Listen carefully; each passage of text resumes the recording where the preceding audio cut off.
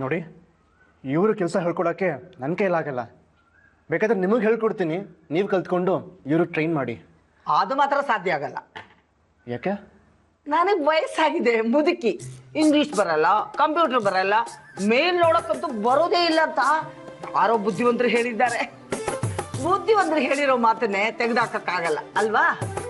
ಅದಕ್ಕೆ ನನಗೆ ಟ್ರೈನ್ ಮಾಡೋದು ನಿಮಗೆ ತುಂಬ ಕಷ್ಟ ಆಗುತ್ತೆ. ನಮ್ಮ ಹೊಸ MD ತುಂಬ ಜಾಣೆ, ಬೇಗ ಕಲ್ತ್ಕೊಳ್ತಾಳೆ. ಅದಕ್ಕೆ ಅವ್ರಿಗೆ ಎಲ್ಲನೂ ಹೇಳ್ಕೊಡಿ ಪ್ಲೀಸ್. ಟ್ರೈ ಮಾಡ್ತೀನಿ. ನೀವಿನ್ನೂ ಹೊರಡ್ಬೋದು. Thank you. ಒಂದು ನಿಮಿಷ. ಕಂಪನಿ MD ಅವರು ಯಾವಾಗ ಕರೆದ್ರೂ ನೀವು ಬರಬೇಕು. ಏನೇ ಕೆಲಸ ಹೇಳಿದ್ರು ಮಾಡಬೇಕು. ಆಫೀಸಿಗೆ ಸಂಬಂಧಪಟ್ಟ ಯಾವುದೇ ಕೆಲಸ ಆದರೂ ಹೇಳ್ಕೊಡ್ತೇನೆ.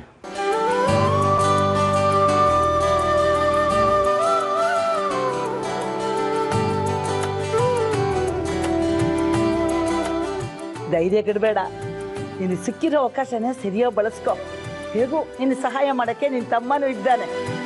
ಶ್ರೀನ ಗೆಲ್ಲೋ ವಿಷಯದಲ್ಲಿ ನೀನೇನೇ ನಿರ್ಧಾರ ತಗೊಂಡ್ರು ನಿನಗೇನೇ ಸಪೋರ್ಟ್ ಬೇಕು ನಾನು ಮಾಡ್ತೀನಿ. ಥ್ಯಾಂಕ್ಸ್ ಅಜ್ಜಿ.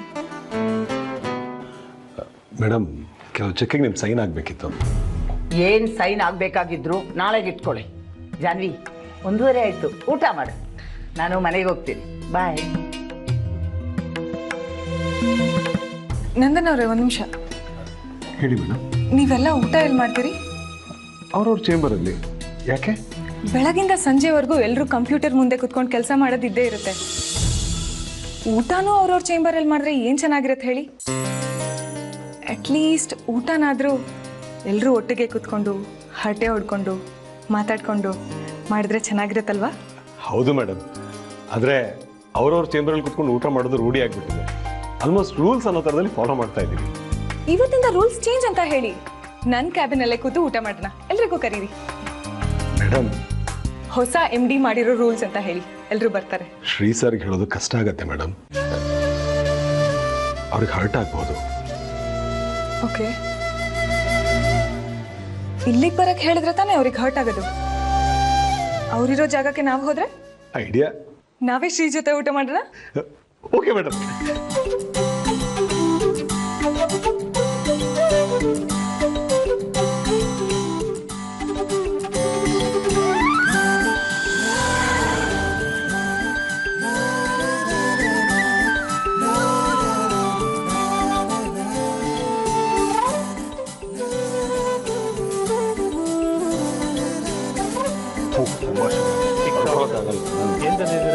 ಗೊತ್ತಿಲ್ಲ ಏನು ಹಾಕೊಂಡಿದ್ದಾರೆ. ಏನಂದು ಎಲ್ಲ ಒಟ್ಟಿಗೆ ಬಂದ್ಬಿಟ್ಟಿದ್ದೀರಾ? ಏನು ವಿಶೇಷ? ಇಷ್ಟು ದಿವಸ ನಾವು ನಮ್ಮ ಟೇಬಲ್ ಕುತ್ಕೊಂಡು ಊಟ ಮಾಡ್ತಾ ಇದ್ವಿ. ಇನ್ನು ಮುಂದೆ ಎಲ್ಲ ಇಲ್ಲೇ ಊಟ ಮಾಡೋಣ ಅಂತ. ಬೆಸ್ಟು. ನನಗೂ ಒಬ್ಬನೇ ಊಟ ಮಾಡೋಕ್ಕೆ ಬೋರ್ ಆಗ್ತಿತ್ತು. ಒಳ್ಳೆ ಐಡಿಯಾ ಮಾಡಿದೆ. ಇದು ನನ್ನ ಐಡಿಯಾ ಅಲ್ಲ.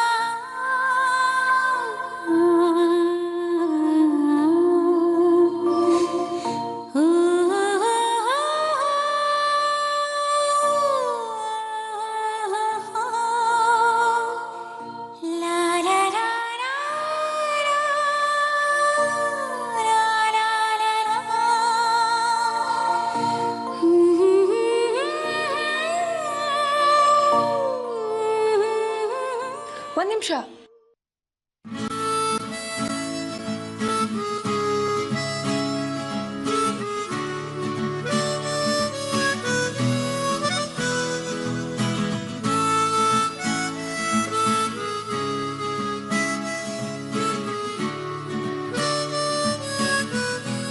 ಎಲ್ರೂ ಅವ್ರವ್ರ ಪಾಡಿಗೆ ಊಟ ಮಾಡಿದ್ರೆ ಏನ್ ಚೆನ್ನಾಗಿರುತ್ತೆ.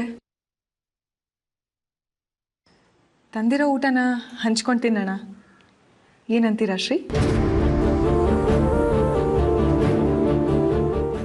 ನನಗೆ ಇದರಲ್ಲೆಲ್ಲ ಇಂಟ್ರೆಸ್ಟ್ ಇಲ್ಲ. ನನಗಿದೆ. ನಿಮ್ಮೆಲ್ರಿಗೂ ಇದೆ ಅನ್ಕೋತೀನಿ. ಓ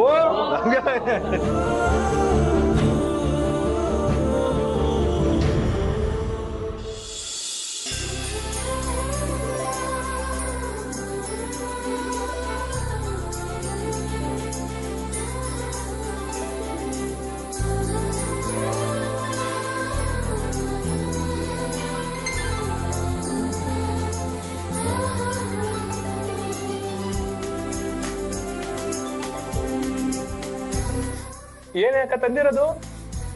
ಬಿಸಿಬೇಳೆ ಬಾತು, ಬಾವನ್ ಫೇವ್ರೆಟ್. I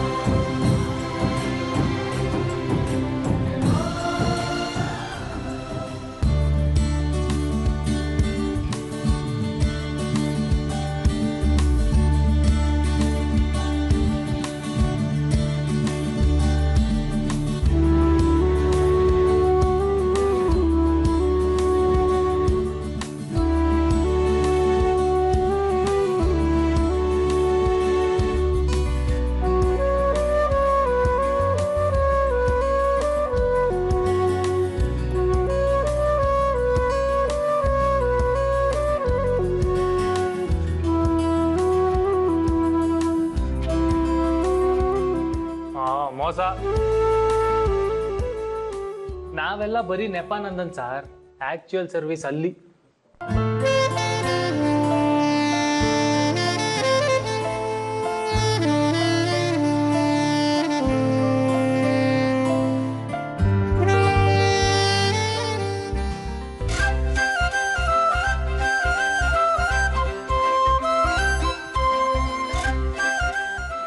sweet. ನಂದನ್, ನನಗೆ ಇಷ್ಟೊಂದು ತಿನ್ನೋಕ್ಕಾಗಲ್ಲ. ನೀವೆಲ್ಲ ಇದರಲ್ಲೇ ಹಂಚ್ಕೊಳ್ತೀನಿ. ಹಾಗೆಲ್ಲ ಆಗಲ್ಲ ಸರ್. ಮೇಡಮ್ ಡಿಸೈಡ್ ಮಾಡಿದ್ರಂದ್ಮೇಲೆ ಮುಗೀತು. ಪ್ರೀತಿಯಿಂದ ಸರ್ವ್ ಮಾಡ್ತಾರೆ.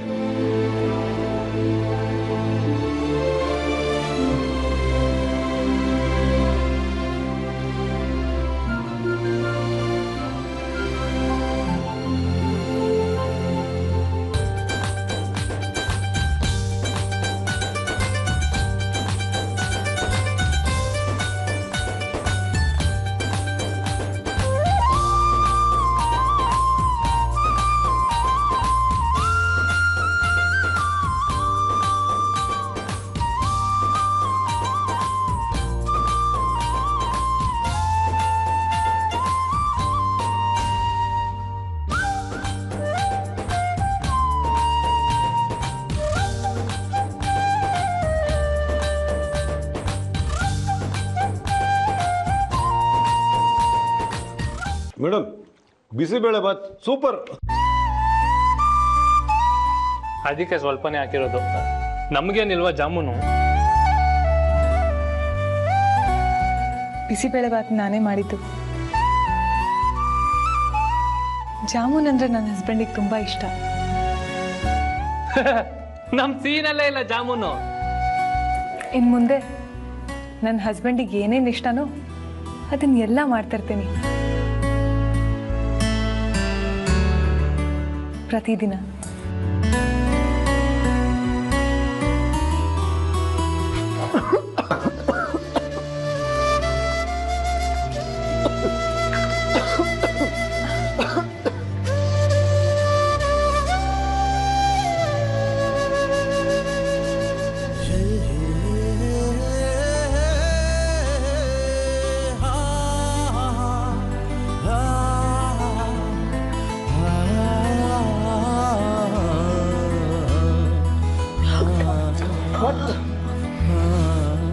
ಸಾರಿ ಶ್ರೀ, ಗೊತ್ತಾಗ್ಲಿಲ್ಲ.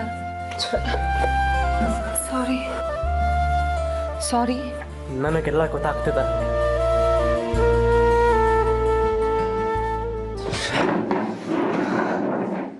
ನಂದು ಲಂಚ್ ಬಾಕ್ಸ್ ಒಳಗೆ ಹೇಳ್ಬಿಡು, ನಾಳೆ ನನಗೆ ಊಟ ಬೇಡ ಅಂತ. ಯಾಕೆ ಬಾವಾ? ಓಹೋ, ಇನ್ಮೇಲೆ ಹೊಸ MD ಮೇಡಮ್ ತರೋ ಬಾಕ್ಸ್ ಎಲ್ಲ ಶೇರ್ ಮಾಡ್ತೀರಾ? ಬೇಡ ರವಿ, ಜೊತೆಲಿ ಕೂತು ಊಟ ಮಾಡೋಕೆ ಒಂದು ನಮ್ಮ ಮನೆಯವರಾಗಿರ್ಬೇಕು, ಇಲ್ಲ ಮನ್ಸಿಗೆ ಹತ್ರ ಆಗಿರ್ಬೇಕು. ಎರಡು ಅಲ್ದಿರೋರ ಜೊತೆ ಸಹ ಭೋಜನ ಕಷ್ಟ.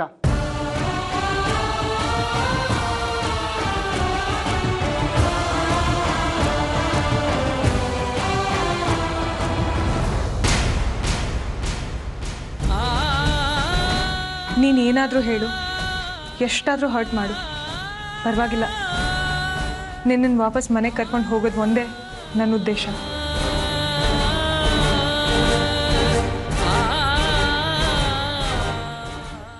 ಜಾಹ್ನವಿ 30 ದಿವಸದಲ್ಲಿ ಶ್ರೀನ ಮನೆಗೆ ಕರ್ಕೊಂಡು ಬರ್ತೀನಿ ಅಂತ ಚಾಲೆಂಜ್ ಮಾಡಿದಾಳೆ. 30 ದಿವಸದಲ್ಲಿ 3 ದಿನ ಕಳೆದು ಹೋಯ್ತು. ಇನ್ನು ಉಳಿದಿರೋದು 27 ದಿನ ಮಾತ್ರ. ಈ ನಡುವೆ ನೀವು 7 ತಿಂಗಳಿಗೆ ಉಳಿದವ್ರ ಥರ ಆಡ್ತೀವಿ. 3 ದಿನ ಕಳೆದ್ರೇನಂತೆ, ಇನ್ನು 27 ದಿನ ಇಲ್ವಾ? ಒಂದು ಹುಣ್ಣಿಮೆ, ಒಂದು ಅಮಾವಾಸ್ಯೆ, ಅಷ್ಟರೊಳಗೆ ಪ್ರಪಂಚದ ತಲೆಕೆಳಗ ಮಾಡೋದು. ಪ್ರಪಂಚ ತಲೆ ಕೆಳಗೆ ಮಾಡೋದು ಅಂದ್ರೆ ಇಲ್ಲಿ ಕೂತ್ಕೊಂಡು ಬಿಸಿ ಬಿಸಿ ಬಜ್ಜಿ ತಿಂದಾಗಲ್ಲ. ನನ್ನ ಜಾನು ನನ್ನಷ್ಟೇ ಹಠಮಾರಿ, ಅಂದುಕೊಂಡದನ್ನ ಸಾಧಿಸೋ ಗಟ್ಟಿಗಿತ್ತಿ. ಅದಕ್ಕೆ ಅಲ್ವ ನೀವು ಅವಳಿಗೆ ಫಿದಾ ಆಗಿದ್ದು. ಜಾನು MD ಪೋಸ್ಟ್ನ ಎಂಜಾಯ್ ಮಾಡ್ಲಿ ಅಂತ 3 ದಿನ ಸುಮ್ಮನಾದೆ. ಈಗ ನಿಮಿಷಕ್ಕೂ ಟೆನ್ಷನ್ ಜಾಸ್ತಿ ಆಗ್ತಾ ಇದೆ. ಈ 3 ದಿನದ ಗ್ಯಾಪಲ್ಲಿ ಜಾನು ಶ್ರೀನ ತನ್ನ ಕಡೆ ಎಲ್ಲಿ ಮಾಡ್ಕೊಂಡ್ಬಿಟ್ಲು ಅಂತ ಆತಂಕ ಆಗ್ತಾ ಇದೆ. 3 ದಿನದಿಂದ ಆಫೀಸ್ನಲ್ಲಿ ಏನಾಗ್ತಿದೆ ಅಂತ ತಿಳ್ಕೊಂಡ್ರ? ಇಲ್ಲ, ಅಕ್ಕ ತಮ್ಮ ಇಬ್ರು ಕಿವಿ ಗುಗ್ಗೆ ಕ್ಲೀನ್ ಮಾಡ್ಕೊಂಡು ಕೂತಿರಿ ಮನೆಯಲ್ಲಿ. ಕೋಪ ಮಾಡ್ಕೋಬೇಡಿ ಮದನ್ ಅವರೇ, ಆಫೀಸಲ್ಲಿ ಏನ್ ನಡೆಯುತ್ತೆ ಅನ್ನೋದು ನಮ್ಗೆ ಹ್ಯಾಕ್ ತಿಳಿಬೇಕು ಹೇಳಿ. ಯಾರಂತ ಕೇಳೋದು ಹೇಳಿ. ಒಳ್ಳೆ ಮುಟ್ಟೊಂಡ್ರ ತರ ಮಾತಾಡ್ತಿರಲ್ರಿ. ರವಿ ಜಾನು ಆಫೀಸ್ನಲ್ಲಿ ಕೆಲಸ ಇರಲಿಲ್ವಾ? ಹೌದಾ? ನಮ್ಗೆ ಆ ವಿಷಯನೇ ಗೊತ್ತಿಲ್ಲ ಮದನ್ ಅವರೇ. ಕೇಳಿಗಳ ಮುಂದೆ ಗುಟ್ ಬಿಡ್ಕೊಡೋದಕ್ಕೆ ಅವನೇನು ಅಮಾಯಕ ಏನ್ರಿ? ತಲೆಯಲ್ಲಿ ಬುದ್ಧಿದಿದ್ರೆ ನೀವಾಗೆ ತಿಳ್ಕೊತಿದ್ರಿ. ನಿಮ್ಮ ಮನೆ ಅಕ್ಕಿ ಬೇಳೆ ಖರ್ಚಿಗೋಸ್ಕರ ಅವನ ಕೆಲಸ ಸೇರಿರಲ್ಲ. ಅವ್ರ ಅಕ್ಕ ಭಾವನ ಹೇಗಾದ್ರೂ ಮಾಡಿ ಒಂದು ಮಾಡಬೇಕು ಅನ್ನೋ ಉದ್ದೇಶ ಅವನ ತಲೆಯಲ್ಲಿ ಓಡಾಡ್ತಾ ಇರುತ್ತೆ. ಹೇಗಾದ್ರೂ ಮಾಡಿ ಅವನ ಬಾಯಿ ಬಿಡಿಸಿ ಡೀಟೇಲ್ಸ್ ಕಲೆಕ್ಟ್ ಮಾಡಿ ಹಾಗೆ ನಾಳೆಯಿಂದ ಜಾನು ಆಫೀಸ್ಗೆ ಹೋಗಿ ಕೂಡ್ದು ಅಂತ ಸಂದರ್ಭನ ಸೃಷ್ಟಿ ಮಾಡಿ. ಅದೇಕ್ ಸಾಧ್ಯ? ನಿಮಗೆ ಜೀವದ ಮೇಲೆ ಆಸೆ ಇಲ್ವಾ? ನಾನು ಗೌರ್ಮೆಂಟ್ ಅಫಿಷಿಯಲ್ ಆಗಿದ್ದವನು, ಎಲ್ಲ ಥರದ ಪ್ರೂಫ್ಗಳನ್ನ ಜೋಪಾನ ಮಾಡಲು ಎಕ್ಸ್ಪರ್ಟ್. ಕೇಶಿ, ಛೇ ಛೇ ಛೇ ಛೇ, ಮೂಗಿನ ಮೇಲೆ ಕೋಪನಪ್ಪ ನಿಮ್ಗೆ.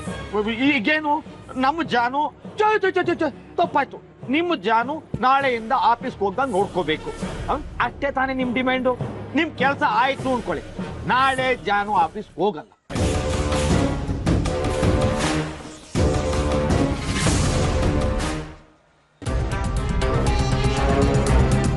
ಯಾಕೆ ಬಾವ ಈ ಥರ ಮಾಡಿಬಿಟ್ರಿ? ನಾನೇನೋ ಮಾಡಿದೆ? ಪಾಪ ಅಕ್ಕ ನಿಮ್ಮನ್ನ ಮಾತಾಡಿಸ್ಬೇಕು, ನೀವು ಇದ್ ಕಡೆ ಇರಬೇಕು ಅಂತ ಎಷ್ಟು ಟ್ರೈ ಮಾಡ್ತಿದ್ದಾಳೆ. ಅವಳಿ ಕಂಪ್ನಿ MD ಅನ್ನೋದನ್ನು ಮರೆತು ಹೆಂಡತಿಯಾಗಿ ನಿಮಗೆ ಪ್ರೀತಿಯಿಂದ ಊಟ ಬಡಿಸಿದ್ಲು. ಸಂತೋಷ ಪಡ್ತೀರಾ ಅಂದ್ಕೊಂಡಿದ್ದೆ. ನನಗೆ ಡಿವೋರ್ಸ್ ಕಳಿಸಿದ್ರು ನಿಮ್ಮ ಅಕ್ಕ ರವಿ. ಇವತ್ತು ಬಂದು ಊಟ ಬಡಿಸೋದು ಅಂದ ತಕ್ಷಣ ಎಲ್ಲದನ್ನು ಮರೆತು ಅಲ್ಲಿ ತಿರ್ಕೊಂಡು ಮಾತಾಡ್ಬೇಕಾಗಿತ್ತಾ? ಹಾಗಲ್ಲ ಬಾಬಾ ನಾನು ಹೇಳಿದ್ದು. ನಾನು ಮಾತಾಡ್ಬೇಡ ರವಿ ನೀನು. ಹೊಸ MD ಯಾರು ಅಂತ ಅನೌನ್ಸ್ ಆಗೋವರೆಗೂ ನನ್ನ ಪರ ಮಾತಾಡ್ತಿದ್ದೆ. ಅದೇ ಈಗ ಹೊಸ MD ನಿಮ್ಮ ಅಕ್ಕ ಅಂತಾನೆ ಗೊತ್ತಾಗಿದ ತಕ್ಷಣ ಪಾರ್ಟಿನೇ ಚೇಂಜ್ ಮಾಡ್ಬಿಟ್ಟೆ ಅಲ್ಲ? ಆಹಾ, ಸೆಲೆಬ್ರೇಷನ್ ಮಾಡಿದ್ದೇನು, ಅವಳ ಹತ್ರ ಪಾರ್ಟಿ ಕೇಳಿದ್ದೇನು? ನನಗೆಲ್ಲ ಅರ್ಥ ಆಗುತ್ತೋ. ಎಷ್ಟೇ ಆಗಲಿ ನಿಮ್ಮ ಅಕ್ಕ ಅಲ್ವಾ ಅವಳು. ಅವಳ ಪರವಾಗಿ ನೀನು ಮಾತಾಡೋಕೆ ಸಾಧ್ಯ. ಯಾರು ಹೇಗಿದ್ರೇನೋ ಒಟ್ಟಿನಲ್ಲಿ ನಿಮ್ಮ ಅಕ್ಕ ಸಂತೋಷವಾಗಿರ್ಬೇಕು ಅಲ್ವಾ? ಹಾಗೇನಿಲ್ಲ ಬಾಬಾ, ಅಕ್ಕ ಎಷ್ಟು ಮುಖ್ಯನೋ ಅಷ್ಟೇ ಮುಖ್ಯ ನೀವು ನನಗೆ. ನೀವು ಸಂತೋಷವಾಗಿದ್ರೇ ತಾನೇ ಅಕ್ಕ ಸಂತೋಷವಾಗಿರೋದು. ನಿಮಗೆ ಅಕ್ಕನ ಮೇಲೆ ಕೋಪ ಇರೋದೇನಕ್ಕೆ ಹೇಳಿ? ಅಕ್ಕ MD ಆದ್ಲು ಅಂತನಾ ಅಥವಾ ಡಿವೋರ್ಸ್ ನೋಟಿಸ್ ಕಳ್ಸಿದ್ಲು ಅಂತನಾ?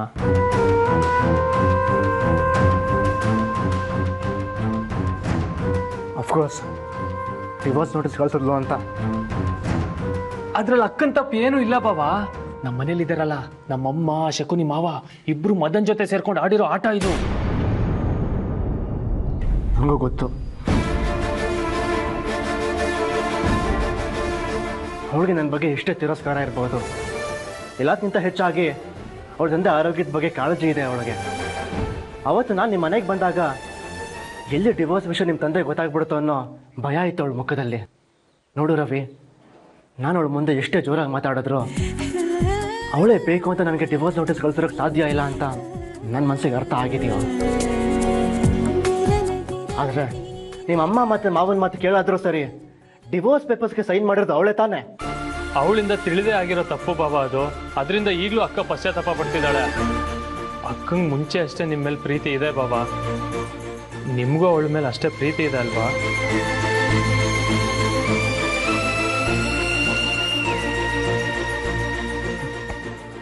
ಕ್ಷಮಿಸಿದ್ರೆ ನಿಮ್ಮ ಅಕ್ಕ ಎಂಥ ದೊಡ್ಡ ತಪ್ಪು ಮಾಡಿದಾಳೆ, ಅದರ ಪರಿಣಾಮ ಏನು ಅಂತ ಅವಳಿಗೆ ಅರ್ಥ ಆಗಲ್ಲ. ಇನ್ಯಾವತ್ತು ನಮ್ಮ ಪರ್ಸನಲ್ ವಿಷಯದಲ್ಲಿ ಮೂರನೇ ವ್ಯಕ್ತಿ ಇಂಟರ್ಫಿಯರ್ ಆಗಬಾರ್ದು ಅನ್ನೋದು ಅವಳು ಗೊತ್ತಾಗಬೇಕು. ಗಂಡನ ವಿಷಯದಲ್ಲಿ ತಪ್ಪು ನಿರ್ಧಾರ ತಗೋಬಾರ್ದು ಅನ್ನೋದು ಗೊತ್ತಾಗಬೇಕು. ಅಲ್ಲಿವರೆಗೂ ನನ್ನಿಂದ ಅವಳು ಕ್ಷಮೆ ಇಲ್ವೋ?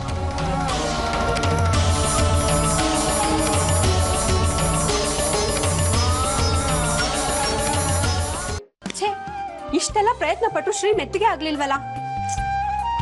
ನಿಮಗ ಇಂಥ ದೂರ್ವಾಸ್ ಮುನಿ ಅಂತ ನನಗೆ ಗೊತ್ತಿರಲಿಲ್ಲ. ಅಜ್ಜಿ ಶ್ರೀನ ಮನೆಗೆ ಕರ್ಕೊಂಡು ಬರೋಕ್ಕೆ ಕೊಟ್ಟಿರೋದು 35 ದಿವಸ. ಇವತ್ತು ಶ್ರೀ ರಿಯಾಕ್ಟ್ ಮಾಡಿದ್ ನೋಡಿದ್ರೆ ಯಾಕೋ ಕಷ್ಟ ಅನಿಸ್ತಿದೆ. ನೀನೊಬ್ಳು ಮಾಡಿರೋದೇ ಒಂದೋ ಎರಡೋ ಪ್ರಯತ್ನ, ಅಷ್ಟರಲ್ಲೇ ಸೋಲೊಪ್ಕೊಂಡ್ಬಿಡ್ತೀಯಾ? ಎಷ್ಟೋ ಜನ ಹೆಣ್ಮಕ್ಳು ತಮ್ಮ ಸಂಸಾರನ ಸರಿ ಮಾಡ್ಕೊಳ್ಳೋಕೆ ತಮ್ಮ ಇಡೀ ಆಯುಷ್ಯನೇ ಸವಿಸ್ತಾರೆ. ಅಂತದ್ರಲ್ಲಿ ನೀನು ಒಂದೇ ದಿವಸದಲ್ಲಿ ಹೆದರ್ಕೊಂಡ್ಬಿಡ್ತೀಯಾ? ನೋಡು ಜಾನವಿ, ಹೆಣ್ಣು ಮನ್ಸ್ ಮಾಡಿದ್ರೆ ಏನ್ ಬೇಕಾದ್ರೂ ಮಾಡ್ಬೋದು ಅಂತ ತೋರ್ಸಕ್ಕೆ ಒಂದೊಳ್ಳೆ ಅವಕಾಶ ಸಿಕ್ಕಿದೆ. ಯಾಕೆ ಮಿಸ್ ಮಾಡ್ಕೋತೀಯಾ? ಈಗ ನನ್ನನ್ನು ಏನ್ ಮಾಡು ಅಂತ ಹೇಳ್ತೀರಾ? ಕೆಲ್ಸದ ಟೈಮಲ್ಲಿ ಕೆಲ್ಸದ ಬಗ್ಗೆ ಬಿಟ್ಟು ಬೇರೆ ಮಾತಾಡಕ್ಕೆ ಅವಕಾಶನೇ ಸಿಗಲ್ಲ. ಇನ್ನು ಊಟದ ಟೈಮಲ್ಲಿ ಮಾತಾಡೋಣ ಅಂದ್ರೆ ನಾಳೆಯಿಂದ ನಮ್ಮ ಜೊತೆ ಊಟ ಮಾಡಲ್ಲ ಅಂತ ನಿಮಗ ಸುಗ್ರೀವಾಗ್ನೇ ಮಾಡಿ ಹೋಗಿದ್ದಾರೆ. ನೀನೇನು ಯೋಚನೆ ಮಾಡ್ಬೇಡ. ಹೇಗಾದ್ರೂ ಮಾಡಿ ಶ್ರೀನ ನಮ್ ದಾರಿಗೆ ತರೋಣ. ಅಲ್ಲ ಮೊದ್ಲು ನಿನ್ ದಾರಿಗೆ ತರೋಣ. ಏನ್ ಮಾಡೋದು? ಹೀಗ್ ಮಾಡಿದ್ರೆ ಹೇಗೆ? ಹೇಗೆ? ಶ್ರೀ ನಿಮ್ಮ ಹತ್ರ ಏನ್ ಹೇಳಿದಾನೆ? ನಾಳೆಯಿಂದ ನಾನು ಆಫೀಸಲ್ಲಿ ಊಟ ಮಾಡಲ್ಲ ಅಂತ. ಅಂದ್ರೆ ಆಫೀಸ್ ಹತ್ರ ಇರೋ ಯಾವ್ದಾದ್ರು ಹೋಟ್ಲಿಗೆ ಹೋಗಿ ಊಟ ಮಾಡ್ತಾನೆ. ನೀವು ನಿಮ್ ಸ್ಟಾಫ್ ಎಲ್ಲ ಸೇರ್ಕೊಂಡು ಶ್ರೀ ಹೋಗಿರೋ ಹೋಟ್ಲಿಗೆ ಹೋಗಿ ಅವನ ಜೊತೆಗೆ ಕೂತ್ಕೊಂಡು ಊಟ ಮಾಡಿ.